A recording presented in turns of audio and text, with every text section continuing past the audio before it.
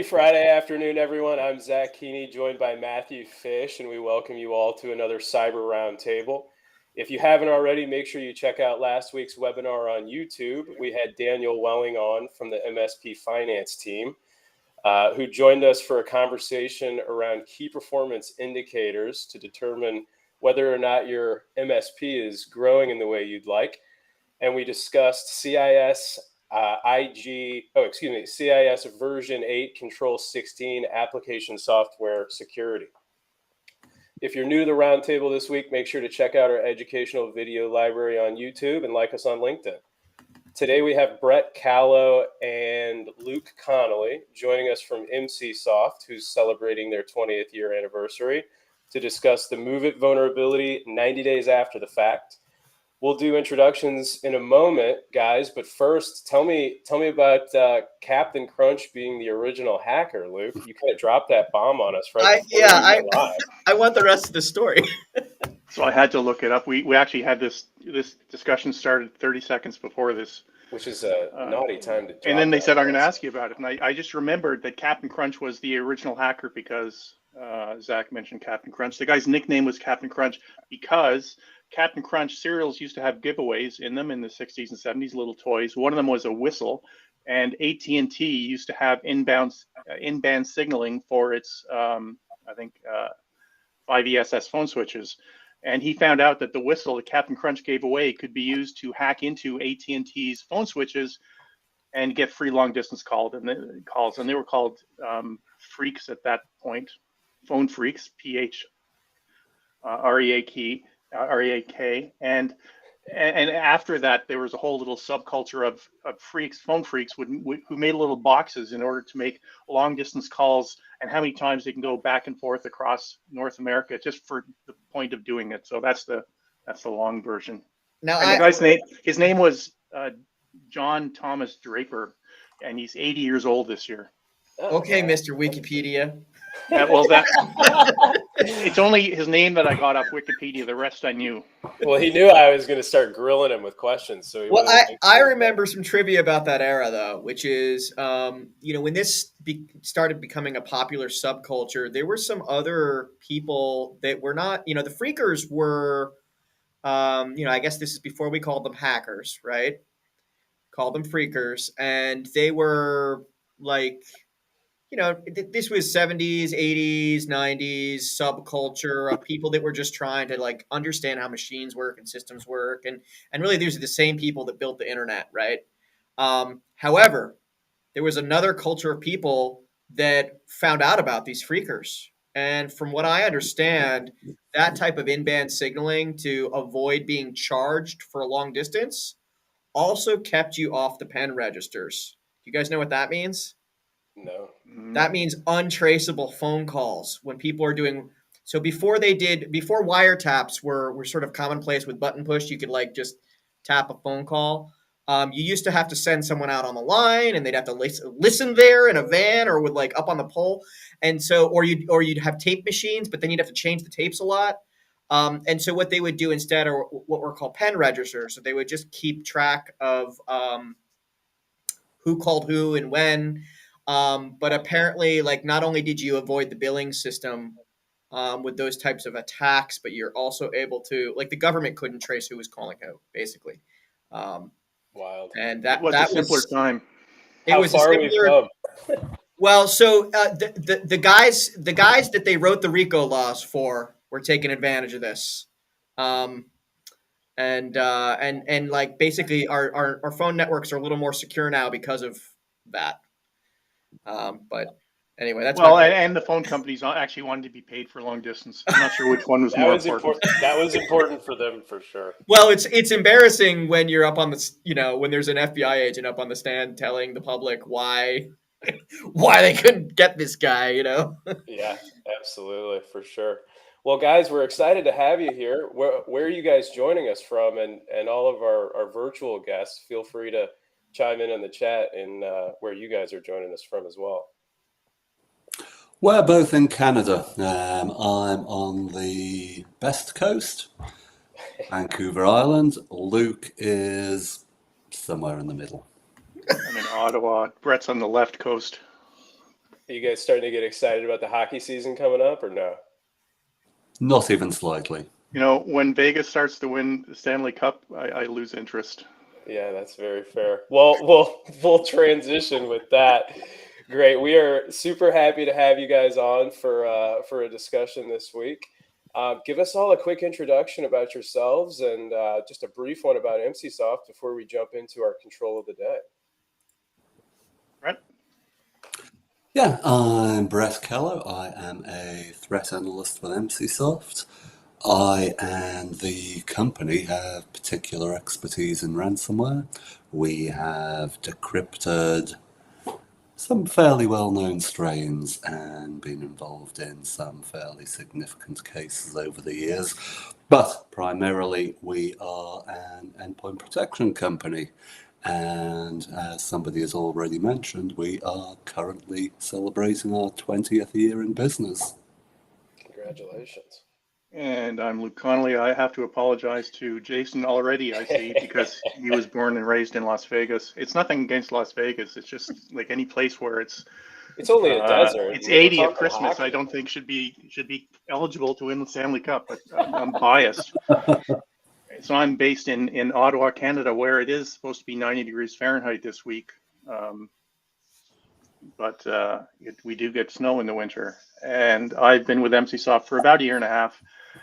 I'm in sales, so don't think of me as being too technical, but I am an engineer by education and a project manager by education. Well, we're happy to have you guys here, and Matt's going to go ahead and do a little lecture for us and teach us a control. All right, but first a little dance.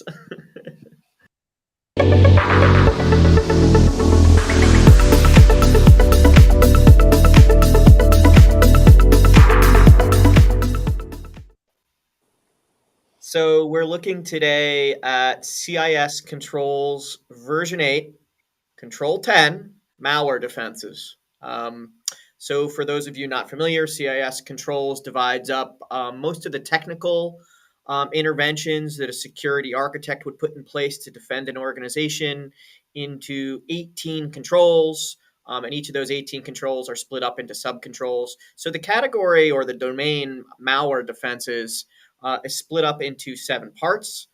And while there are some fairly sophisticated added value areas that anti-malware tools tend to integrate functionality for specific reasons or to attack specific threats or stop specific threats, the Center for Internet Security says, hey, there's 7 basic things you should have in your malware defenses. And if your product and if a combination of your malware product, anti-malware product, and your system configurations cannot do these 7, you're not defending yourself effectively from malware. And on the screen here, if you're chimed in on video, you can see a data dimension where we have implementation groups 1, 2, and 3. So implementation group 1, which is the first 3 parts, is for every single business should have these things in place.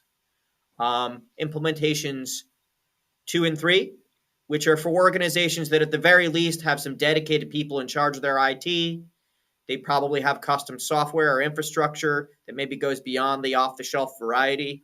And they may or may not be affected by regulatory impacts or threats to human safety. So anyone that's not a small business and using exclusively off-the-shelf software, anyone that is concerned about confidentiality, anyone that's regulated or needs to protect human safety, also needs subparts 4, 5, 6, 7, and I'm just going to shoot through them real quick. So 10.1, deploy and maintain anti-malware software. That may sound like an obvious thing because, as you know, when you install Windows these days, anti-malware software is turned on by default. It may not do some of the other things in the malware defense category, but it is shipped on. So if is that true in the Captain Crunch days?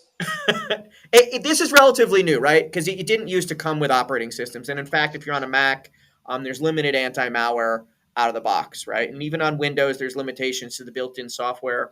But at the very least, make sure it's installed. Also, I would add to that, make sure it's turned on, because people turn off their malware solutions for any number of reasons that they may consider to be valid, like it slows my machine down or I just don't like it. But Some people like to not use that seatbelt too in the car. yeah, I get it. have it installed, have it turned on, and there's this keyword here, maintained, which as we go into 10.2, you'll see that the second part here is, and make sure you have your signature updates running automatically. Don't be 10 days behind or 30 days behind, or even 3 days behind. You should be getting updates, if not daily, even more frequently than that. The third one here, and this may sound like it's unrelated, but disable auto run and autoplay for removable media. For many, many, many years, many computers by default, when you plugged in either a USB device or you put, for the days when computers had CD disk drives, when you inserted that media, the computer would automatically play whatever was on that media, and it could easily be a virus. In fact, if you've watched like Mr. Robot on TV, you'll see that they broke the guy out of prison because they sprinkled USB drives in the parking lot, right? Great show. Because the prison was supposedly not on the internet, and so to break in, they had to use physical media. And actually, this is a thing that happens in the real world. Every month, I'm seeing some out of band attack where people are breaking into companies through those physical media, and so you need anti-malware systems even when you are disconnected from the network, and configure your OS not to autoplay that stuff. The 10.4, and this is where we start with the more advanced controls, which covers almost every end customer of anyone that's watching this stream. But also configure your anti-malware solution to scan that removable media. And this would stop a user from manually executing something that could be there. It would also stop them from maybe sneaker netting like a PowerPoint presentation or something between computers and leaking a virus from one system to another system. Anytime media is plugged in, it should be scanned. Sometimes this is turned off by default. It does slow down that already slow removable media, but it is important to scan when you plug things into your computer, or my favorite, don't even allow removable media. I honestly don't think it's defensible these days to even need. We're all in the cloud, right? We don't need to be plugging in USB drives. 10.5, enable anti-exploitation features. This is something that software developers can do when they're developing software, but it's also something that through memory randomization and other things can be turned on at the OS level. Some people turn these features off because they want to speed up their computer, or because they want to they're concerned with I'm thinking of a scenario where you're on a Mac and you go to install something, and there's this thing called Gatekeeper that gets in the way, right? That's an anti-exploitation technology. It's there to keep you from installing something funky. And so I guess what they're saying here is have those features turned on, even if you have to sometimes make exceptions. Centrally manage anti-malware software. And this is where the default, this is Control 10.6. This is where the default anti-malware solutions really fall down. It's important to have anti-malware solutions so you are catching easily detectable pieces of malware. But if you're not reporting home that, hey, I found a piece of malware someplace, your IT manager, your custodian who's in charge of keeping systems clean, isn't going to know that there's a piece of malware on a system. And just because it was detected by a malware tool doesn't mean that there's not some kind of cleanup action that a person needs to actually make.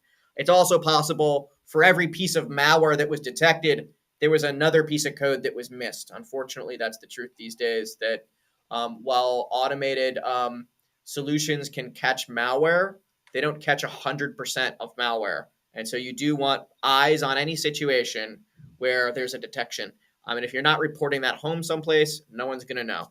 And then the last thing is user behavior, anti-malware software. I'm not going to get into the technical definition here because there's a lot of different ways that this can be manifested in software. But it's best practice these days to use anti-malware software that goes a little bit further than just, is this an exact piece of attack code I've seen before? It's looking at the types of behavior that's normal on a machine, the types of behavior that's abnormal on a machine, and it's able to stretch into scenarios that maybe are something like a bad scenario, but is not an exact bad scenario that it's seen before. And so that's where we talk about behavior-based or heuristic-based detections, and that should be part of just about any anti-malware suite these days. So all of these things are required in anti-malware defenses. And before you consider deploying other types of anti-malware systems, please make sure you've ticked every single one of these 10.1 through 10.7 boxes. So that's it for CIS Control 10. I'm glad that wasn't like the 14 or 17 point controls we've gone over the last few weeks.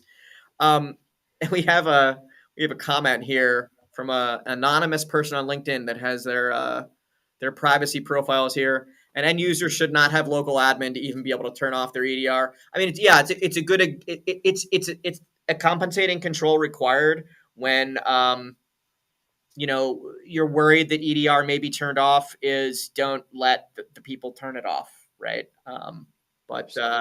That's somewhat outside the actual anti-malware control and goes into the secure configuration of the machine to make sure users aren't monkeying around or admins or engineers aren't monkeying around, because we're the worst monkeys. I know that. Yeah, and that's a really good point. That's exactly the type of thing I do. Like I get really annoyed if I don't have complete admin privileges over my own computer. And the end consequence is that if someone does have admin privileges, they will end up looking at stuff, and the possibility exists that either accidentally or possibly even maliciously they'll misconfigure the endpoint protection and things bad may occur. Yeah, and I don't get too in depth with individual end clients every day these days. We're running a software company over here, but I know I've done a lot of security engagements in the past, and in 95% of them, you go in there and you say, wait, no, your whole IT team does not get local administrator access. In fact, none of you should have local admin. There's not actually a reason to have local admin unless you're trying to circumvent security. You should be setting your systems up so they're usable by your IT or your engineer staff, so they don't need local admin or even any type of admin, which leads to some other controls where we talk about, hey, you know what? Those super user privileges should actually be a totally separate user account. You shouldn't be able to do any of that stuff with the user that you're using on your PC. You should have a totally separate credential, different username, different password, maybe different computer for doing those things. Reminds me of a comic that I saw a while ago, and I just found it and pulled it up, and it's a boxing ring, and the announcer is going, in this corner we have firewalls, encryption, antivirus, blah, blah, blah. And in this corner, Dave.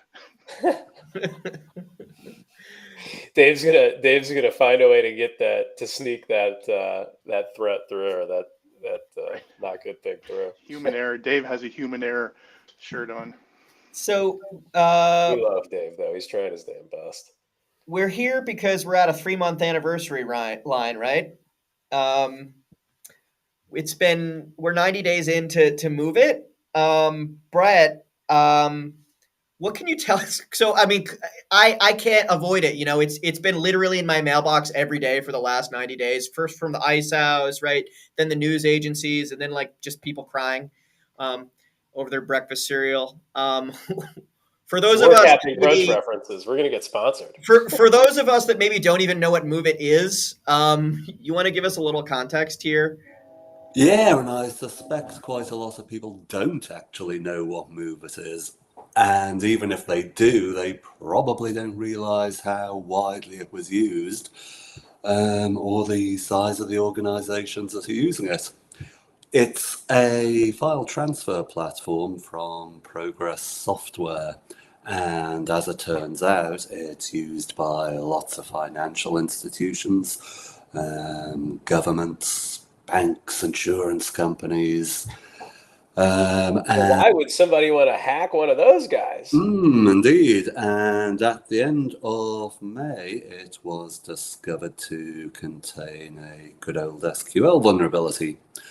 By the time that discovery was made, a ransomware operation known as CLOP had already exploited it and started stealing information.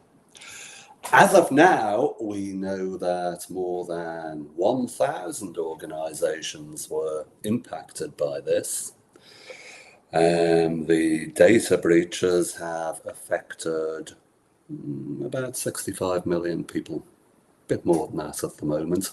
And they are only the cases that we know about. New cases are coming out of the woodwork each and every day. According to IBM, the cost of a data breach equals about $165 per record. If that's accurate, and I'll make no claim that it is, that would put the current cost of MoveIT at about $10 billion. So huge sums involved. And pretty much every company that's involved is being hit with a class action, some of them more than once. And the legal situation here is going to be a very complex nightmare. How do things look for MoveIT? I really don't know. Certainly a number of companies have said they are no longer going to use it. How many will look to another product? I don't know. The issue here, though, is possibly that other file transfer platforms have been exploited. Excellion FTA, for example, which CLOP also hit via a 0-day. There has been a current and ongoing issue with Citrix file share. So where do you go? Well, the last two attacks that smelled a little bit like this one that I recall, we had a Microsoft Exchange attack, we had a SolarWinds supply chain attack, similar levels of organizations impacted. Also, in both cases, these were centralized key pieces of backend infrastructure, right? They didn't impact the endpoint, right? It was core parts of the network. In this case, MoveIT's, it's not just like we're moving files around. We're moving like the most critical data that each organization has, either between places in the organization or between organizations. It's like this information was so sensitive, you needed to go out and build extra special infrastructure just to move it. To move it. And so in both of those cases, let's think of those two locations. So in the Microsoft incident, people forgot about it, or maybe it just like blended in with all their other feelings about Microsoft, right? In the SolarWinds attack, I don't know if you guys know what happened to SolarWinds, but it was cracked up by its private equity owners into a bunch of component parts. And some of those parts went away, and some of those got like churned out, and some of those parts aren't called SolarWinds anymore. They've got like new company names. They broke it up into an every man for yourself situation, huh? Yeah, I would not be surprised if this destroys the MoveIT brand, if not the technology itself. The brand's probably dead. So that's an interesting. If it's, let's assume it kills the brand, but obviously there's still a need for that type of software. I don't know if that's the right word. I guess it is. Do you think that scares away other organizations from continuing to utilize other brands that are similar? Do you think somebody creates a different kind of solution? Are we going to go back to shipping USB drives to each other? What does this do? It's really hard to say what will happen. I think organizations certainly need to think about how they can transfer data more securely. And a part of that is data minimization. Don't leave sensitive information sitting in your file transfer application for longer than it needs to be. Get it off there, put it somewhere where it can be stored more securely. And even then, like people say, well, I encrypt my data and I put it in a repository so that my partner can retrieve it. But it was just last week, I think, that CISA issued an advisory about that companies should start to prepare for quantum computing, and the assumption is that passwords for encrypted files will be easily broken in seconds with quantum computing. So there is movement now of take now, break later, where encrypted files are being gathered by the bad guys, and presumably when they get access to quantum computing, they'll be able to crack them. And if the data is still of value at some point when they're able to do that, then they can take advantage of it at that point. So Brad asked this question here, which I think sums up what we're just discussing right now. What could one have done to protect themselves about this vulnerability? I think it's related to what are people going to do now, right? So this is part of a larger industry trend, but it's not going to be a fast. There's not. This is an ongoing process in the industry of moving away from batch file transfers towards APIs with high security authentication and encryption, and not having files sitting around at all.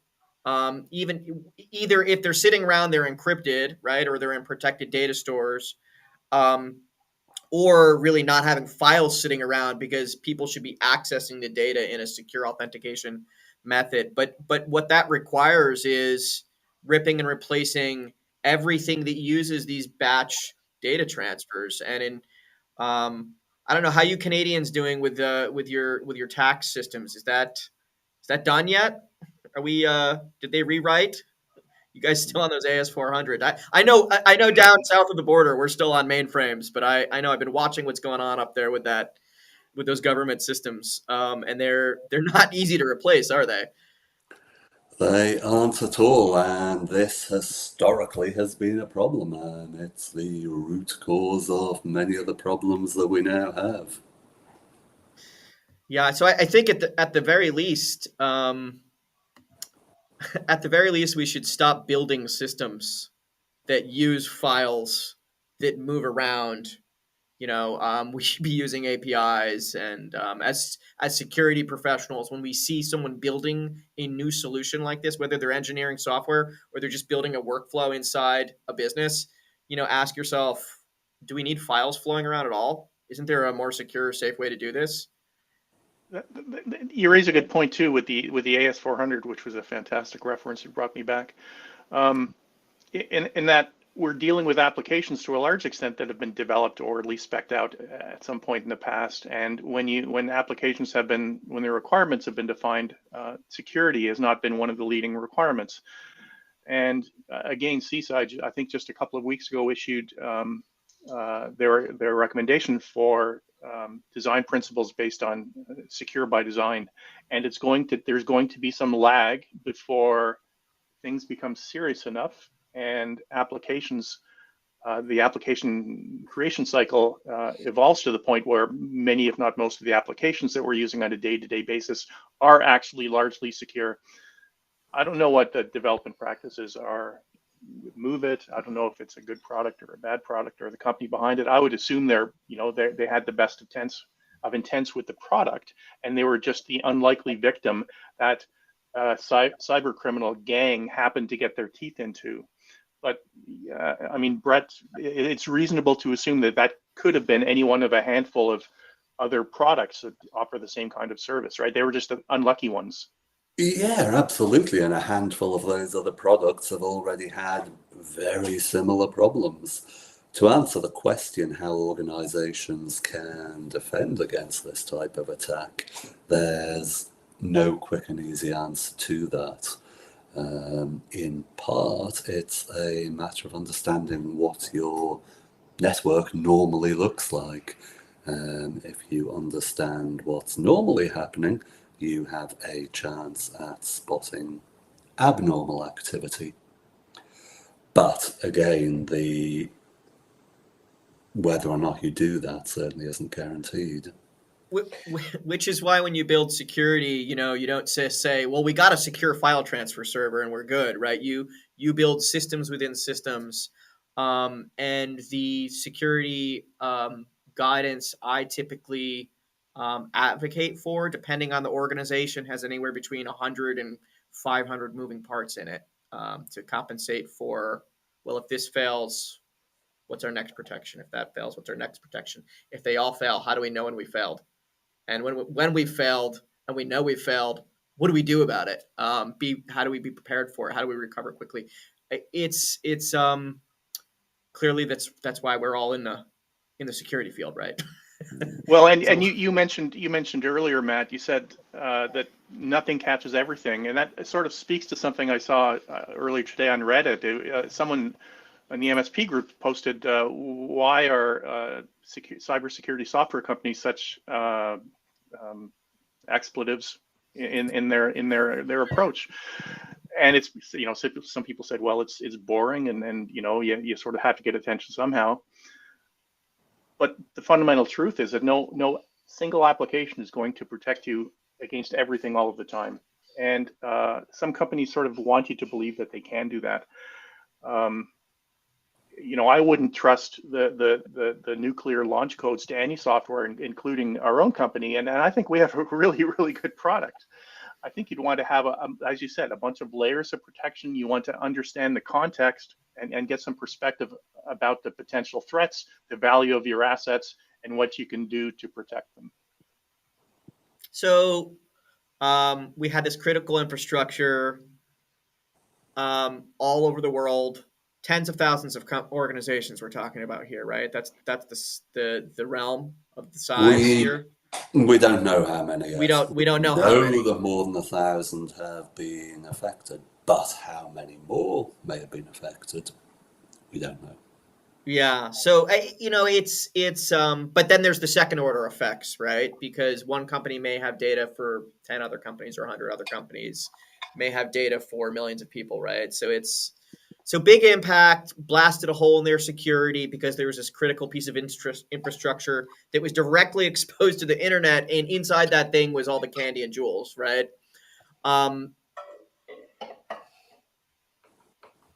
Is this still like, do we feel like this is solved now? So the MoveIT as an organization, they came out with a fix pretty quick. I think it was just in the first few days, right? Yeah, it was within the first few days of the vulnerability being So released. I remember there was an embargoed release through my ISO that said, hey, you guys should update MoveIT. And then a few days later, we got the details, right? Of, okay, here's this vulnerability. And then a few days later, we started hearing about all these hacks and, oh, like this is actually humongous.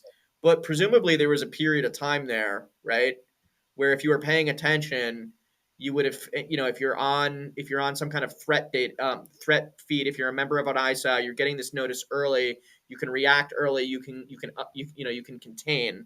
I wonder how many organizations were negatively impacted because they just didn't do those basics, right, of paying attention. Yeah, again, that's really impossible to say, and something we'll probably never know.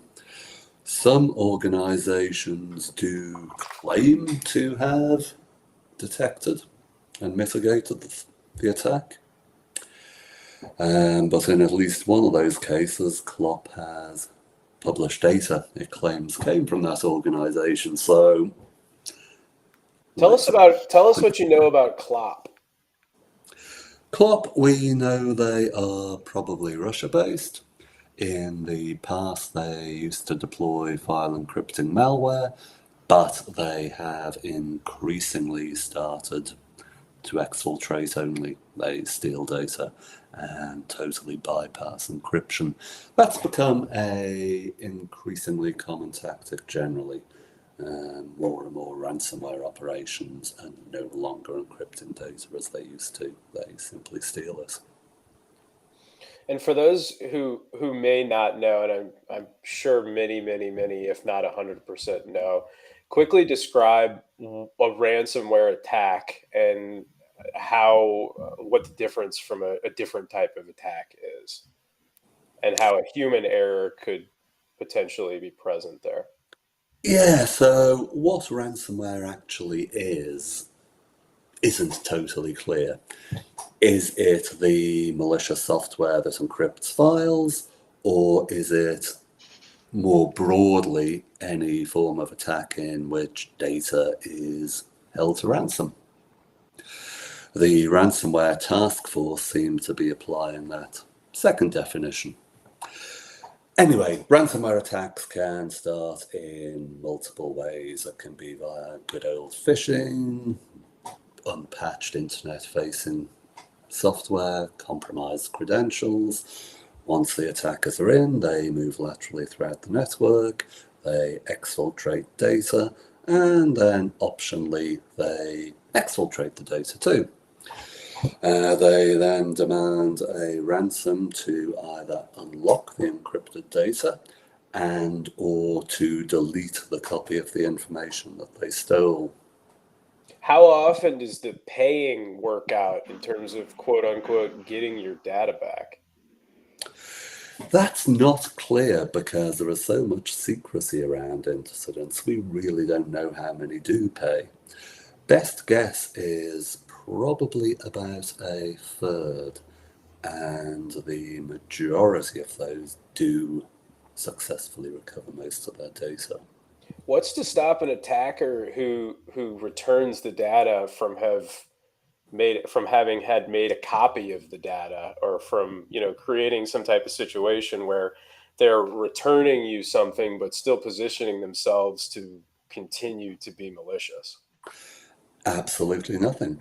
They claim that they care about their reputation, their brand, but of course they only care about that for as long as they are operating that brand. As soon as they move on to a new one, and they do cycle through on a fairly regular basis, some of them, they are free to do as they wish with that old data. Matt, you've been a part of a ton of these. You've been in the security world for a really long time. If you were, obviously it's not the case, and you're not making any recommendations on this webinar, but if you were tertiary to a situation like that, and somebody was looking to you for guidance on, well, okay, the thing just exploded, what's my next step? What is that? It's such a hard one. I want to say we don't negotiate with terrorists, right? That's the thing that I want to say. The reality is these situations are extremely individual. An organization that did not have adequate protections in their data in place, like let's say they don't even have effective backups. An organization that maybe didn't have security enclaves. So maybe there was an incident that affected a relatively low importance system, but because it was mixed in with higher security systems, they lost some really important data that really could have been more protected. That organization is going to be in a much different situation than a medium-sized organization where someone's front office worker just gets their local machine attacked, and in those cases, image the machine, don't pay the ransom, ignore it, but Brett brought up this point about the lateral movement thing. If we rewind this 10 years ago, the attackers weren't very smart. They were just launching what are called worms out onto the internet. It was like one machine that would attack another machine, would attack another machine. There was no people behind it. And the machines would encrypt your files, and then they'd have like an address where you could send the money. And if someone was stupid enough to send the money back, like someone would then be able to create a business out of this. But unfortunately, this little cottage industry businesses with not very smart malware have turned into enterprises. Some of these enterprises, you're talking about these attackers that might exist in Russia. These are organizations with thousands of employees. These threat organizations. They're big businesses. They're billion-dollar businesses. It's not Captain Crunch hanging out in his mom's basement. It's definitely not. So they're breaking in, and they're moving both vertically through systems to gain increased privileges, and laterally. And you don't even, if the first time you've been breached is the ransom demand, it's probably way too late these days. And the assumption should be the attackers got everything on offer in your organization, if that's how you found out about it, because they don't burn the house down until they've got the whole jewels. the whole crown jewel collection. They're in there for weeks or in most cases months, rooting around in systems. This is someone's job or a whole team's job to just extract every bit of data they can get out of your organization and then demand the ransom. So, I mean, if you're in a municipal city government and all your systems are down and you literally can't provide basic services to your citizens, it's really hard for me to tell them, yeah, don't pay.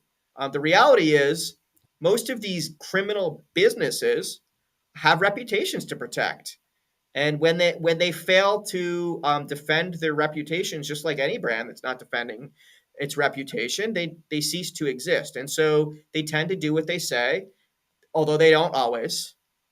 They tend to it's a standard financial transaction. You pay them, you get customer service. They have ticketing systems. They've got help desks, right? They've got AR and AP departments. These aren't hackers, right? As individuals that are looking to explore computers, right, and make a quick buck. These are huge criminal organizations, and when they demand money these days, it's not a random demand.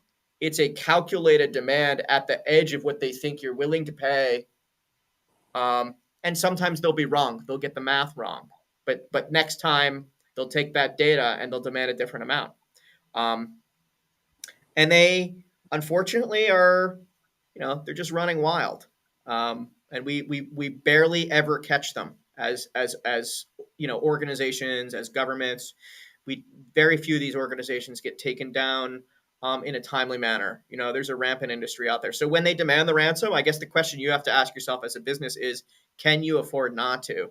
And I hope that everyone can say yes, because they've taken all the steps required to be able to say yes, that they don't have to pay. But they might have to. And that's the unfortunate reality. Luke, I can see you're itching here with something to say. I was just going to say, and they're a moving target too, right? Like, they are business enterprises. They don't have any particularly strong ethics, in spite of what they might say at different times. But their motivation is purely to make money. So they're constantly testing the market with different approaches, different techniques, different software, different targets, in order to maximize their revenue stream.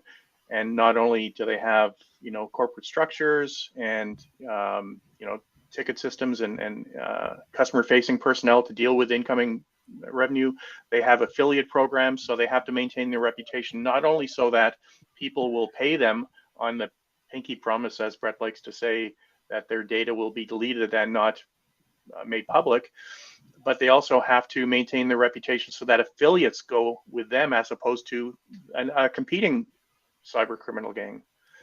What does the relationship or the conversation look like during the hiring process into one of these criminal organizations? Maybe that's like a weird thing for me to be thinking about. But I would suggest, look at some of the stuff that John DiMaggio has written in his ransomware diaries. He talks about it and he gets into depth with Lockbit, and it's really, really interesting. Because when you think of a company, and these things are structured like companies, you think of a fairly sane structure and behavior, but some of the stuff that he designs is just, batshit crazy. Yeah, so some of the hiring processes are very, I would say, normalized, but they also don't have there's no labor department telling them how to treat their employees. You can actually, this is not something you even need the dark web for. You can go out onto pretty much any, I'm not going to name names, pretty much any commercial freelancing job board. Almost any, probably all of them. And you can go search for technical jobs or even non-technical jobs, and you will find ransomware gangs hiring employees. They don't I wonder if some of them aren't. Yeah, I'm cutting you off. They don't necessarily advertise the positions that way. Right. But they may ask you to do things that have no other explanation, or they may have rationalizations around what they're asking people to do that are paper thin, right? Yep. Interesting. Wacky. Totally wacky. Yeah. It's worth noting that the affiliate relationship is actually a huge part of these criminal organizations, because these criminal organizations, they're not it's not like a corporate C corp, founded in Delaware with like a strict like shareholding relationship and like contracts. It is an affiliate sort of loosely related thing where you'll have Department A is run by a gang of 30 people, Department B run by a totally different gang of 30 people, and they've got these promises like, I promise I'm going to pay you. And as long as they uphold their promises, they keep working together. They've got other promises like, please don't attack the federal government of the US. We don't want the FBI knocking on our doors. Yeah. And if one of the gangs breaks the rules that the collective has agreed to, the collective falls apart. And we saw that recently after the oil pipeline hack down south, where the gang, one of the attackers broke a rule inside the affiliate network. They were not supposed to attack oil pipelines, but they couldn't hold themselves back. It looked so juicy. They couldn't. They wanted the ransom. And when the rest of the gang found out, they all ran for the hills. So I think it's important to note that those rules sometimes only exist for appearance's sake. They are not adhered to in any way. And they exist because, for example, a gang that's perceived to attack hospitals for kids, what company wants to transact with them? What company wants to be seen to be directly funding that type of criminal operation? So high-profile incidents they tend to try and shy away from, simply in their own self-interest. But if the incidents aren't so high-profile, they will quite happily try and extort wherever they can. Lockbit, for example, claims not to attack hospitals, but we've seen them trying to nickel and dime a few $1,000 out of a hospital in a low-income country. They will happily do that so long as it doesn't attract too much attention. yeah. So I mean, I guess the best protection this is like going to the doctor and with a terminal diagnosis and saying, "Doc, what can I do?" Right? um, the thing you need to do was 10 years ago, or in this case, maybe just 10 months ago, right? Put the security in place you need before you need it. Well, I mean, you need it now. Put the security in place before it's too late, right? Yeah, and we see this time and time again, especially for some reason with school districts. After an incident, they will suddenly increase their budget. But that is really just catch-up spending. They are dealing with issues that should have been dealt with years ago. It's something we're seeing a lot. Matt and I have been on a couple conferences recently, and we noticed a larger number of universities asking questions about cybersecurity. And my first thought was, each time I didn't expect to see a university here, somebody from their school's department coming to learn about solutions, is just not what I was expecting to see right away. But I mean, it starts to make sense. And then when you think about it, a lot of the younger generation are really good at a lot of this technological stuff. And I mean, I'm sure they get serious hacks, but I'm sure they get non-serious hacks as well. And universities are historically very open with their data and their systems. Like I'm sort of going back some time, but you used to be able to transfer files and access different systems across a university with ease. So they would, without some serious upgrading of their process and defense infrastructure, they would be ripe targets. So back to MoveIT here. I don't know if anyone knows the answer. Brad asks this question here, and I think what he's trying to ask is, there are organizations, I think he's referring to the MoveIT vulnerability that can scan for the MoveIT vulnerability from the outside and say whether you are impacted and that they've seen some improvement. But I haven't seen that data. I don't know. Are there showdown statistics on this? Are people? Is this going forward? Do we think that the collateral damage is continuing, or or we're just still just like cleaning up discovery, really, of damage that already happened? As far as I'm aware, there are no ongoing incidents. The problem has been put to bed now. But of course, the incidents that did happen in the past are still emerging and will continue to do so probably for months ahead.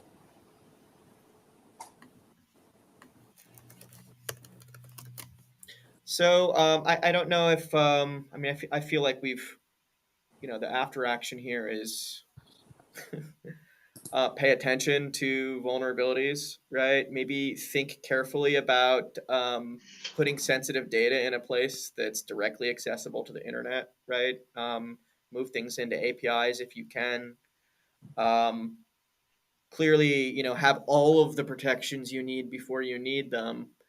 Does anyone else have any sort of MoveIT, leave behind final notes here? I would also, I'll repeat what I think Brett touched on. There's context, like what is your important data and information or assets, and what is the downside of someone gaining access to those, and that should sort of inform what kind of a defensive posture you should take. And defense, Matt, as you said, I think defense should be implemented in layers so that if one layer fails, there's another layer. And it's not an uncommon saying is that the bad guy, in order to succeed, would have to be able to break through all of those layers. Although for you as a company defending yourself, only one of those layers has to work in order for you to be protected. Yeah, I think Right. it's also the case that organizations should assume that their perimeters will be breached and put in place mechanisms to know when that has happened and to limit the amount of damage that can be done when it does happen. So I feel like we covered that. Let's talk about MC for a second. And it's not the subject of the day, but I mean, you guys are eating and breathing this stuff. Have you guys been getting very involved in this? You've been getting a lot of customer phone calls. What's your sort of day to day? What was your What was your position in this? Um, from an industry perspective, what was your position during this worldwide incident?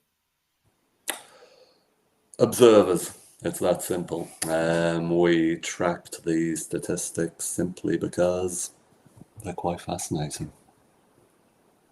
Yeah, I mean, if you put your data on basically a file server, and the company that runs the software for the file server gives away your data, there's not much that you can do. It's a horrible situation. But I mean, I was talking with Zach before we kicked off, and I have seen August has been a very busy month, surprisingly so. And as you mentioned, Matt, it's our 20th anniversary at MCSoft. MCSoft does endpoint protection and EDR. And as part of our 20th anniversary, we did a promotion from mid-August to mid-September where we are making our enterprise product, which comes with EDR, available for our business product price. And that has had a lot of uptake. Now, is MoveIT driving some of that interest and some of that activity? It's probably not hurting. I hate for something like that to be generating revenue, but the revenue is always nice. But it's been a revenue really is always an indication of market need, unfortunately. So at a high it's level, been a very busy summer, yeah. So those enterprise features, presumably, I mean, tell me what's the differentiator there that you're now releasing to this wider market here? Are these technologies that can go and find a leave behinds from an attack like what happened in the MoveIT scenario?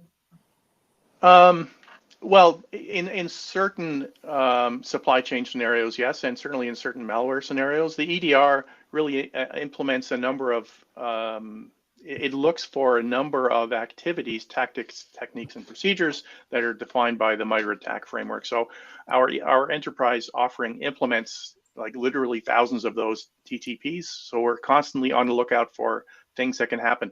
Most of those things that happen, quite honestly, are not malicious, and that's sort of by design. If I type in "who am I" on my computer, that's not malicious, but that will generate an event which is logged by our system and which will be consolidated in our management view. But what Brett said, it's really the context. Has something changed? If you're looking at all of these notifications over time, all of the events over time, is there suddenly a lot of network discovery activity taking place on your network that wasn't there a month ago? That's the kind of thing you look for. And then, for the endpoint, we implement multiple layers of protection. We, typical traditional antivirus looks for signatures. We still have that because it's still the most effective way to find the malicious software that's out there, and it represents 80 to 90% of the bad stuff. There's other stuff that's not known of, or we haven't heard about it yet. We haven't implemented it. So we have another layer, which is behavior-based, which was in the CIS, I think 10.8 or something like that. Look for behavior-based activity, and then that sort of falls in line with the Microattack framework as well. Look for specific behaviors that the threat actors are known to implement. And then again, with our enterprise product, the neat features that we've just rolled out, or we're in the process of rolling out, is actually if they get in and they're able to encrypt something before one of our other two layers is able to stop that process, we just implemented a rollback feature so that even if they start encrypting files, even if they delete the volume shadow copies so that you can't recover them, we maintain restore points so that you can do a rollback and get back your files. It doesn't unencrypt them. It maintains a moving window of your files. And when they start to get encrypted, we make a backup before the encryption takes place. That sounds like a critical tool in as part of an incident response procedure. There is to have those tools at the exact moment you need them, right? To stop things sort of in their tracks. Yeah, ideally the remediation is get rid of the malware, stop it and get rid of it. But then in the absolute worst case scenario, if they've been able to do something bad, then you want to be able to do that recovery as well. And there are a number of ways that you can do that. You can have a backup, you can have an offsite backup, you can have Windows restore points. This is just another layer in overall security stack that we think companies should really consider implementing to protect their data and protect their customers' data. Yeah, and it's not like these other, this you're saying like this 10 or 20% of things that are not found by signatures. It's not like they can't be found by signatures, right? The issue is really just that malware gangs are rolling new malware out every day. New malware and trying to obfuscate the way the malware is transferred so that this doesn't look like I just saw one. There's Word files with macros being embedded in PDF files. How can we get past? Like I said, it's a constant feedback loop where the bad guys are trying to get money, and they're implementing technologies to try to circumvent the protection layers that companies like MCSoft are providing. Well, can't wait to talk to more customers that are taking advantage of those new enterprise features out in the business footprint. Of course, here at Fort Mesa, we say we will help you capture, or we will help you own your customers or your clients' cybersecurity roadmap. We perform gap analysis. We help organizations inform their end customers what security they have and what security they need. We help service providers deliver that security, and then we help them evidence it all in software. We have one last MoveIT question here. How could we have protected against MoveIT? We covered that. There's a lot of things we could have done, but the clearly stopping an incident in its tracks, right, and isolating at the right time early is something that could have at least limited the fallout, right? If you found the incident and you stop it, without before the attackers can extract the data or all the data, right? And with MoveIT too, I believe, and Brett, Brett, you know more about this. There's different ways of implementing the product, the software. You could implement it on a server in-house, or you could use it as a cloud-based offering. And if it's a cloud-based offering and you put your files up into a cloud, and there's a supply chain attack that makes those vulnerable to a threat actor, honestly, off the top of my head, I can't think of what short-term solution there would be in the early days of the attack. Now, as Matt, you mentioned, like a patch was out for MoveIT within days of the discovery of the vulnerability. So maintain an update policy is probably Yeah, well, one of your before the key patch things. was out, everyone was on notice. If you were paying attention, you were put on notice. The patch is coming, the patch is coming, the patch is coming, then the patch came out. So it's really important to not only find the patches, but also pay attention to those high profile incidents that are embargoed, so that you can be ready to move quickly. Pay attention to threat intelligence. Yeah. You got to be ready to move it. All right. So All right. you have any, I'll take us out on that. yeah. All right, everybody. Thanks for joining us. This concludes another Friday at the Cyber Roundtable. Be sure to like us on LinkedIn and subscribe to our YouTube for more educational content. Thank you so much to Brett and Luke for joining us from MCSoft, and what an awesome conversation about MoveIT and how to avoid being taken advantage by those types of vulnerabilities. Be sure to come back next week, where we have Ian Richardson from Richardson and Richardson Consulting to discuss how to conquer cyber price objections. Thank you all for joining us today, and have a great weekend. Thanks.